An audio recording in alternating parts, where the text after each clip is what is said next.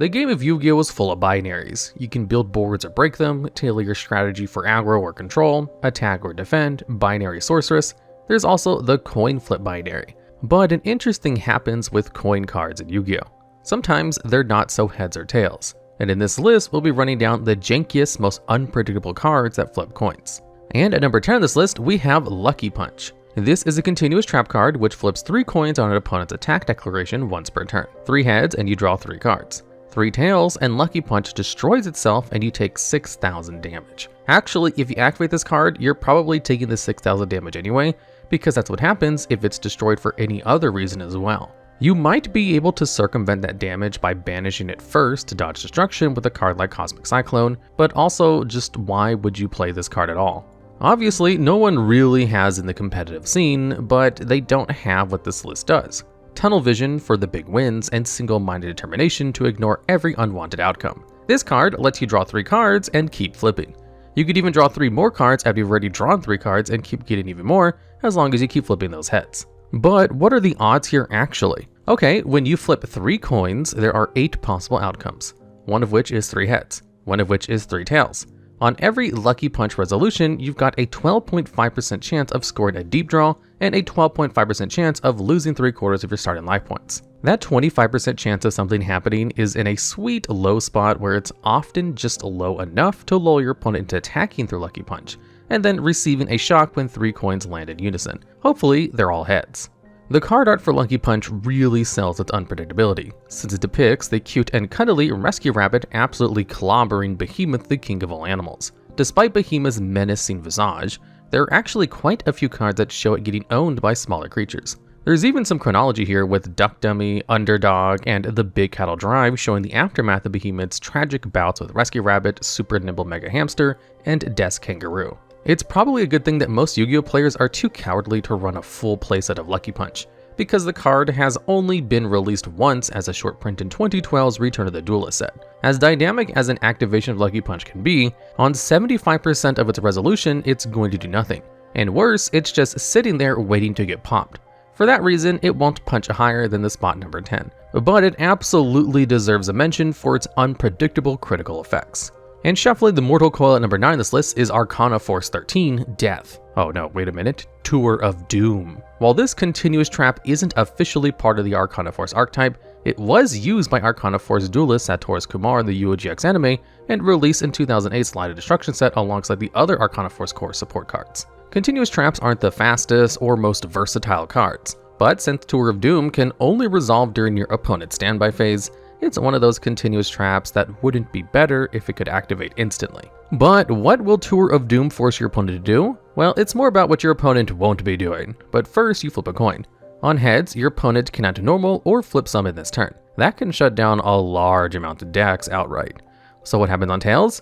If you guess the same exact limitations are placed on you next turn, you might be also a Master of Destiny and should start building your Arcana Force deck instantly, since the entire Arcana Force archetype is built around coin flips that decide between beneficial and harmful effects. They've also got support cards like Reversal of Fate and Light Barrier that help manipulate the odds of receiving a desirable result in your favor. Unfortunately, because Tour of Doom is not a monster, it won't benefit from these. Generic coin support like Second Coin Toss can still help you out, but less consistency is less consistency. And here, that means increasing the risk of losing your normal summon, which can be devastating. A floodgate barring normal summons could be strong now, over 15 years since Light of Destruction and Tour of Doom's release, but in 2008, the inconsistency of the coin flip probably both saved the meta from Tour of Doom and made the card unpredictable enough to land on this list. As long as Tour of Doom is feasible on the field, the balance of the game is going to lurch wildly in one direction, and chances are as good as not, the direction will 180 with every fresh resolution.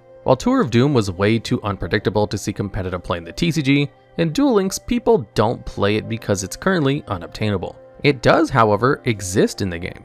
During Consumed by Light Sartorius Emerges, the Sartorius Kumar Unlock event that debuted in March of 2019 and ran again in July, duelists unlucky enough to see the level 6 boss version of Sartorius Kumar activate Tour of Doom were probably cooked. Only Sartorius Kumar's big boss ran a copy of this card, but that was enough because he also had access to the event exclusive Predestination skill that made all flipped coins land on heads. It's one of the harder NPC bosses to step up in a format full of pretty pathetic PvE duel encounters that players must grind to acquire the gems to compensate for the steep cost of opening packs. Tour of Doom had one appearance in the Yu-Gi-Oh! GX anime, but it was a big one. In episode 170, Sorceress Kumar activated the card to kick off his second duel against Jaden Yuki. By using the anime-exclusive trap Decisive Power of Absolute Destiny, Sorceress was able to declare the name of a monster, and if Jaden had it in his deck, it is special summoned to the field in attack position. Since Sorceress cheated by slipping a copy of Arcana Force Zero the Fool into Jaden's deck before the start of the duel, he was able to call it to Jaden's field and use its destiny manipulating effect to correct any Tails flip from Tour of Doom, effectively stopping Jaden from ever having a normal summon. In episode 171, Jaden is able to bounce back by destroying his own Miracle Flipper with Hero Blast, which removes Sorceress's fix on the coin flip. As a result, a coin flipped Tails, causing Tour of Doom to turn on Sorceress Kumar, and he goes on to lose the duel. Are you an Arcana Force fiend? Can't get enough of Kumar? Are you sartoriously a big fan of the Worldlock OTK? Good news, the number 8 pick for this list is another Arcana Force card, the Yu-Gi-Oh! Incarnation of the 18th piece of the Terra deck. There's a Mystical Moon Rising, and it's not an equip spell.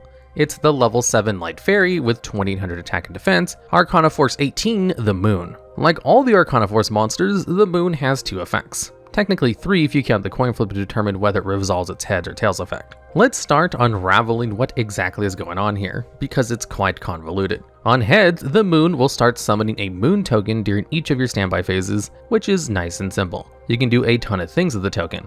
Link it off into a Link Kuriboh or something, unless you're playing a TCG format where it's banned as of April 2022. Where the Moon makes things silly is with its tails effect, where during each of your end phases, you must select one of your monsters to give to your opponent. It's worth noting that the Moon's coin chosen effect persists even as control changes, meaning a Tails Moon can result in you and your opponent trading the Moon back and forth during each of the end phases. Combined with floodgates like Mask of Restrict and Vanity's Fiend, and you might not be closer to winning, but you have achieved a completely ridiculous game state in which no one's monster belongs to anyone for long, and the field is full of mass defections, leading to some Yu-Gi-Oh! Specific validation to folklore belief that people are made to act a little strange during a full moon. While no one has ever lived the dream of running the Moon to any effect in the TCG, this bizarre creature from beyond the stars did see the barest iota of competitive viability in Duel Links. This did not last long, as the deck it found a place in was a short-lived Duel Links iteration of Nurse Burn, a strategy that revolves around summoning Dark Lord Nurse Rafiki to redirect life point increases into decreases. Since Dark Lord Nurse Rafiki arrived in Duel Links in the same window as the Path of Destiny, players were able to create a viable OTK deck using Sorceress Kumar's Master of Destiny skill, which turned their first 3 coin flips into guaranteed heads as long as there are 7 or more different cards in the main deck that flip coins. The idea was to draw enough cards using Into the Void, Cup of Ace, Cards in the Sky, and Pot of Duality that you could normal summon Dark Lord Nurse Rafiki, set up a few Paths of Destiny, and end your turn, confident that your opponent's next standby phase would spell the end of the duel as you would burn them all the way to the ground. Unfortunately, the Moon didn't serve any real role in the deck beyond an obligatory coin toss card to put you one closer to the skill floor of 7, and just being banished fodder for cards from the sky. The Moon was likely chosen over other Arcana Force cards on vibes. It's a very goofy card that you probably wouldn't use for any other real reason, which makes it an attractive inclusion in this gimmicky deck. Sadly, the Moon's brief time in the sun drew to a swift close to the new ban list in May 23rd of 2024. That limited the Pass of Destiny to 1 and banned Dark Lord Nurse Rafiki outright. Arcana Force 18 the Moon actually had one on-field appearance in the Yu-Gi-Oh! GX anime. Again, it was used by Sorceress Kumar, but this time against Aster Phoenix in episode 100. A duel Sorceress would actually win, despite his questionable choice to play the Moon. Together with the token summoned by its heads effect, Sorceress was able to fill the full tribute cost for Arcana Force 21, the World, a monster way better than the Moon could ever hope to be. Although Aster Phoenix is eventually able to absorb the world with its Destiny Hero Plasma, Sorceress is able to finish his match with his ace monster, Arcana Force EX, the Light Ruler. I guess Aster Phoenix should remember to attack the Moon before Kumar could sacrifice it. Ultimately, while the Moon would prove too unpredictable for almost any use, this is precisely what makes it fit for this list, even if it'll rest on the lower end. Ushering in an age of caprice and topsy-turvy vagary is this list number 7 pick, Goddess of Whim. This level 3 light fairy has vines for hair, which is fitting because its effect can cause its base attack of 950 to grow and grow. Once per turn, the Goddess of Whim can cast a coin. On heads, her attack is doubled until the end of the turn. On Tails, her attack is halved, which is less fun, but worth mentioning because there's a 50% chance that's going to happen instead, for such is the nature of Goddess of Whim. Her power is great, but unreliable. She probably got her clothes from the Tailor the Fickle. And the fickleness of Goddess Whims goes on, because if you want to purchase a playset as of writing of this video, her cost can be as low as 78 cents for 3, or up to $18.15. This is because Goddess of Whim originally released late in 2002 as a super rare in the special promotional booster pack distributed by McDonald's inside Happy Meals, along with one of 3 different CDs that contained music to dual buy. Other notable cards that released with Goddess of Whim were Cosmo Queen and Millennium Shield, both of which saw wider circulation alongside other McDonald promo cards in the Legendary Collection 3 Yu-Gi-Oh's World Mega Pack in 2012. Goddess of Whim actually saw its first reprint in 2011's Gold Series 4 Pyramid Edition. Fellow McDonald's promo card Millennium Shield was the only one to release with Goddess of Whim in this set. So what makes Goddess of Whim unpredictable enough to land this list? It comes down to one missing word: original. While Goddess of Whim isn't going to be shattering any metas, it's an interesting example of a true doubling effect. To compare, let's take a look at Karate Man. It's a level 3 Earth Warrior with 1000 attack and defense, plus the effect to double its original attack once per turn. This basically makes Karate Man a 2000 attack normal summon that destroys itself during the end phase of the turn that it activates its effect. Now let's equip Karate Man with the Black Pendant, bringing its attack up to 2500. Sweet. Now let's do science and try this same thing with the Goddess of Whim. On a successful activation of her effect, Goddess of Whim's 950 attack will double into a considerable 1900. But add a Black Pendant and she'll actually surpass a Karate Man equipped with the same, landing at a crushing 2900. This is because Karate Man's original attack is doubled before adding Black Pendant's bonus. Meanwhile, Goddess of Whim absorbs the power Black Pendant before doubling her strength, leading the equipped spell to favor her with an extra 500 attack. True doubling can grow your monster's stat lines wildly. And as a result, Konami has printed more cards that double original stats than cards that engage in a true doubling. Cashing in for a prize spot at number 6 is the normal trap from 2013's Shadow Spectre set, Big Win. When this card is activated, you'll first declare a level between 1 and 12. Then both players will toss a coin. On double heads, all face-up monsters you control at activation will become the declared level. Roll double tails and you'll be paying life points to the tune of 500 times the level you chose. A result of mismatched heads and tails fizzles the card and is probably where the question mark of the name comes in. The main reason you'd gamble on a successful resolution of Big Win is it can prep almost any board for high level, high overlay XC summons. Want to summon number 77, the 7 Sins, the hard way, so you can activate its effect on the same turn to non-target banish every special summon monster your opponent controls? Just get 2 bodies on board, declare level 12, flip a Big Win, and don't lose. Because if you do, 500 times 12 is 6000 damage, and that's some major youch. Want to pull the flex of all flexes and summon Divine Arsenal AA Zeus Sky Thunder during main phase 1 of turn 2? Big Win can do it. Raw Have Mercy, you can do it. With a full board of monsters with varying levels, you can use Big Win to fill your opponent with Cold Fear, where you dare to insta-summon a full-powered 5-material Melfi Mommy. Use Big Win to summon Leviathan, Gene Raider Boss of Shadows, with 6 materials, and use its effect to bring out a surprise 6000 attack Jormungandr at an opportune time.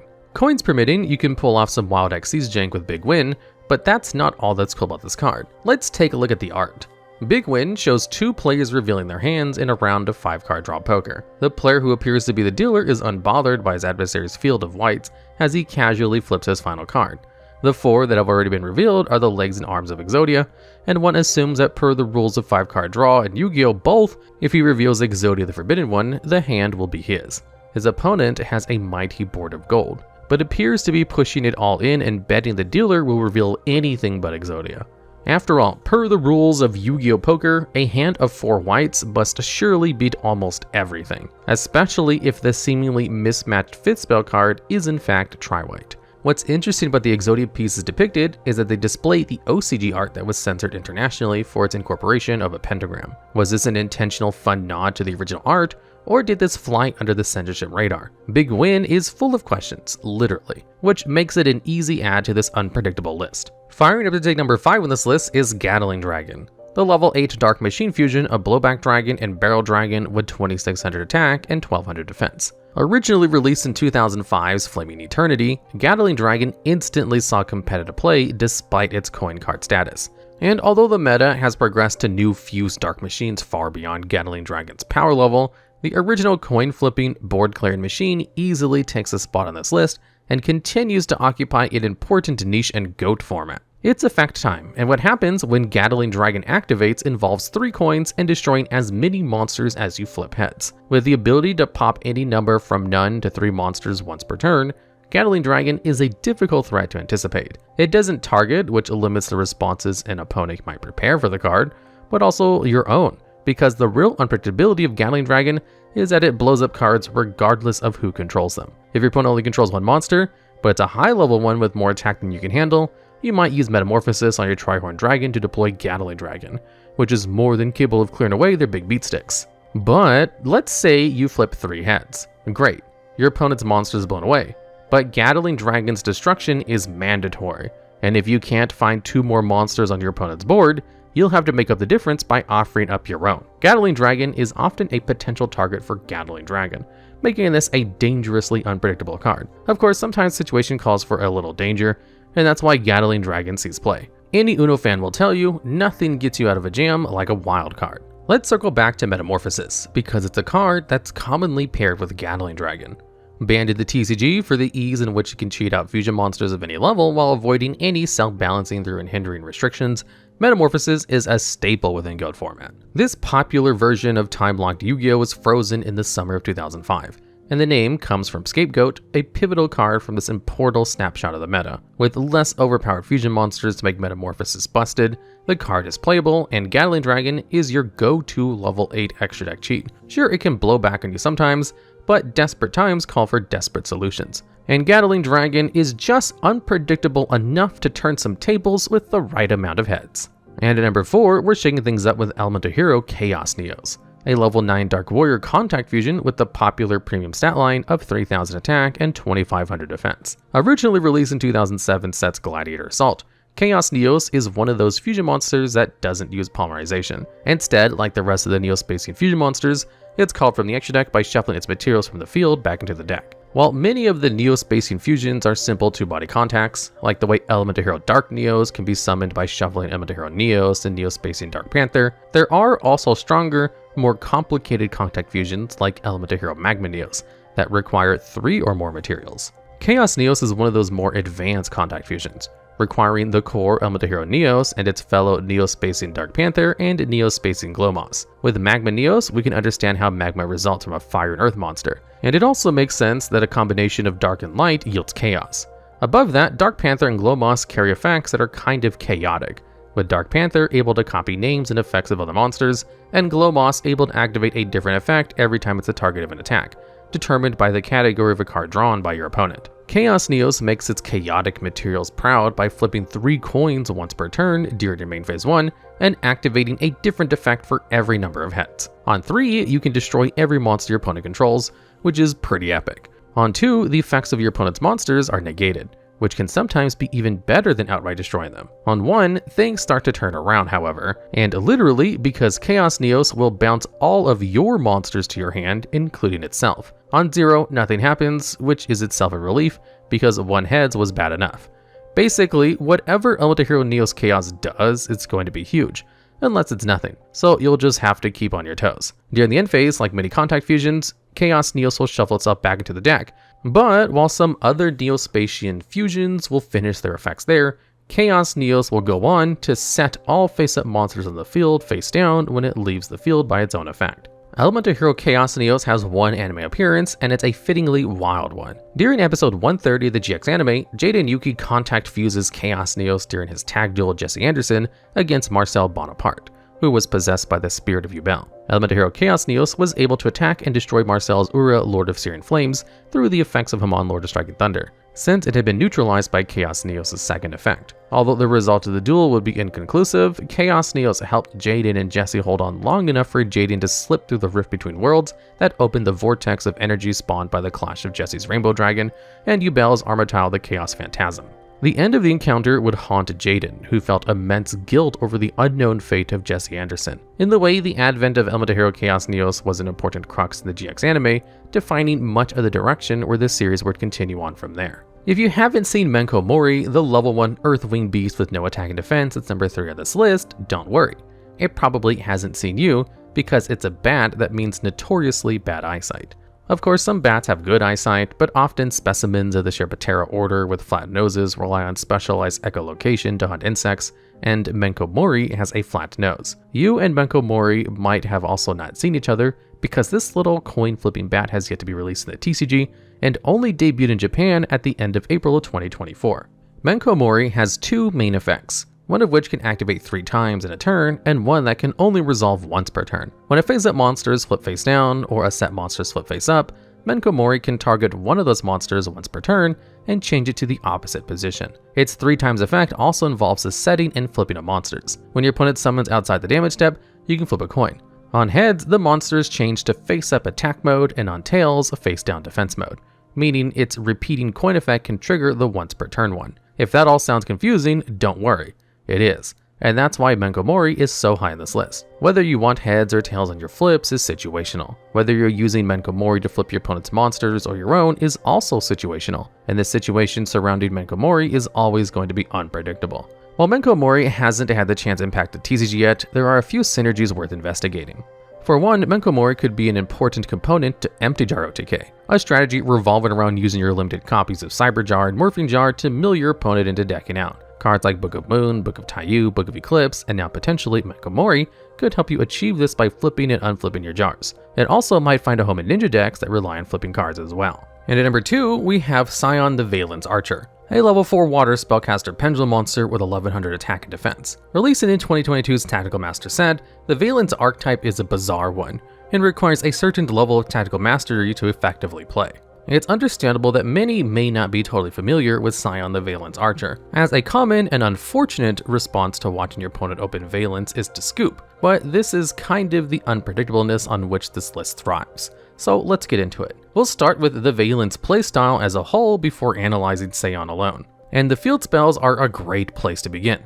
Vaylantz World, Shinra Bansho, and Vaylantz World, Koin Gwisen are the 2 field spells, and when one is activated, the other is placed to your opponent's field zone. While not unheard of outside of this line of cards, there aren't many cards in Yu-Gi-Oh! That activate your field spell to your opponent's board. So what's the deal with that? Well, the Vaylantz are a game, literally. Their inspirations are tabletop games, maybe Warhammer 40k. By playing the 2 field spells, you have set the board and created 2 bases, one for the feudal-style Japanese warriors and one for the robo-mechs. Both cards give a crucial ability to the turn player. Once per turn, Shinra Bansho lets you special summon a monster from the spell trap card zone to a monster zone in the same column. Koin Gwisen lets you target an opponent's effect monster and shift it back into the corresponding spell trap card zone, but only if you control a monster in the same column. Both effects can only be activated when there are cards in both field zones.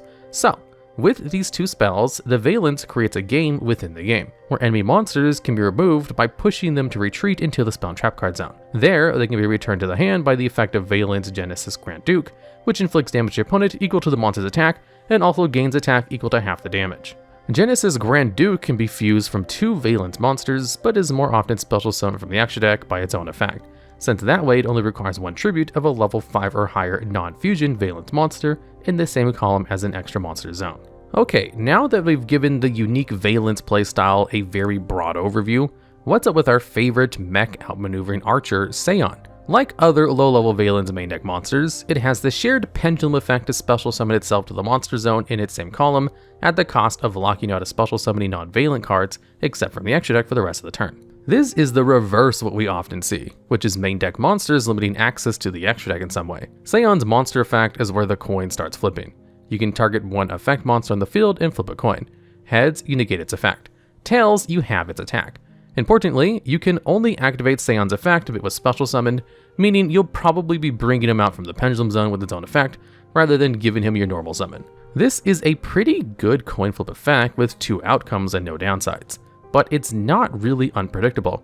So why is Saion on this list? Well, there's more text on the card, obviously. We're not done flipping coins, and we're certainly not done playing the mad game of Vaylantz. If Saion is moved from one monster zone to another, he can target a card on the field and flip another coin. Heads, Saion destroys the card. Tails, and Saion bounces it back to the hand. Saion is a coin-flipping quadruple threat capable of removing monsters from your opponent in many ways, from literally many different directions. A true tactical master. Many Vaylantz cards carry effects that allow them to rearrange the position of monsters on board, which is useful since after specialing Saion from the Pendulum Zone, you'll want to clear that space so you can move in another Vaylantz monster. Also, most Vaylantz players are going to be running copies of Senate Switch, a continuous spell that was totally useless for many years, but has now found another niche. You can also use Saion's other bounce effects to recover and reactivate a Senate Switch, so you can continue adjusting your board on the same turn. The Vaylantz archetype takes the game of Yu-Gi-Oh! And makes it something different, and is inherently difficult to predict because the rules the Vaylantz play by are not ones you'll be learning by any other ways than playing as or against the Vaylantz. Among this hotbed of unprediction, Saion is a rogue element, and a sure shot for this list number 2. Origami Goddess is a level 1 Dark Fairy with a deceptively low base 100 attack and base nothing defense, and it's the true deity of unpredictable coin cards. It was released in late 2023 with Age of Overlord and has no power ceiling. Really. Origami Goddess is as good as you are lucky with no upper limit, and for that reason, easily takes the number 1 spot on this list. Against Origami Goddess, any competition folds. Origami Goddess has 2 effects, and both of them are wild enough on their own to justify a top 10 list appearance at some point somewhere. But together, don't let her chilled demeanor fool you. This paper goddess can cut. Maybe not at first, but just 100 attack, but for every coin that lands heads while this card is on the field, Origami Goddess's attack doubles. This can very quickly get out of hand, especially when Origami Goddess activates its first effect, which is that once per turn, you can flip coins consecutively until you land on tails, and then draw 1 card for every 2 heads results. Let's do some quick math. All Yu-Gi-Oh players love to do math. It is our cursed fate to tinker with numbers. How many heads must Origami Goddess see before she's strong enough to bop your opponent for game when they're at full life points? The answer is 7 heads, which will end with your Origami Goddess climbing to a devastating 12,800 attack. So how hard is it to bless your Origami Goddess with 7 heads? Well, although it's never a sure thing, because these are coin flip cards after all, doing this is easier than it would first appear. Achieving your 7 heads on 1 activation of Origami Goddess probably isn't happening, since you're looking at a 0.8% chance of getting it, and those odds simply won't go over even. But critically, while the effect of Origami Goddess can only be activated once while she's face up, doing so does not lock you out of summoning and activating more Origami Goddesses. If you're mad or epic enough to go for an Origami Goddess OTK, cards like Halactrice, Valhalla, Hall of the Fallen, 1-for-1, and Where Art Thou can help you search and summon your pantheon of Origami Gods, while thinning your deck to get the best value from the draws you'll hopefully score from their effects. Second coin toss is also going to be huge here, as that gives you a free redo during your Origami coin blazes and will generally boost your quantity of heads. We'll call that a head count. The idea here is to get as many Origami Goddesses on field as possible and supplement your baseline coin boost with cards like Cup of Ace and Couple of Aces to just further juice your stats while facilitating further plays. Earlier, we covered that you need 7 coin flips to break the 8,000 attack barrier, but why stop there? With 3 more heads, you can bring things up to 102,400. With a few more, you'll break 1,000,000. Yep, 14 heads and your Origami Goddess will sit at 1,638,400 attack, ready to pour the wrath of the Origami Gods onto all that might stand against them. When you're flipping a coin, it's going to land on heads or tails. Origami Goddess takes that simplicity and denies it. No one can say for certain how astronomically high her attack can rise, nor what cards you might want to draw with her effect. Because of the absurd degree of her power scaling, it'd be unwise to put her any lower than the top, lest her unpredictable ire be roused. Alright, and that's the list. But there are many other coin cards with difficult to predict effects in Yu-Gi-Oh! If I might have missed your favorite, or if you have more ideas for future videos just like this one, I'd love to write them down in the comments.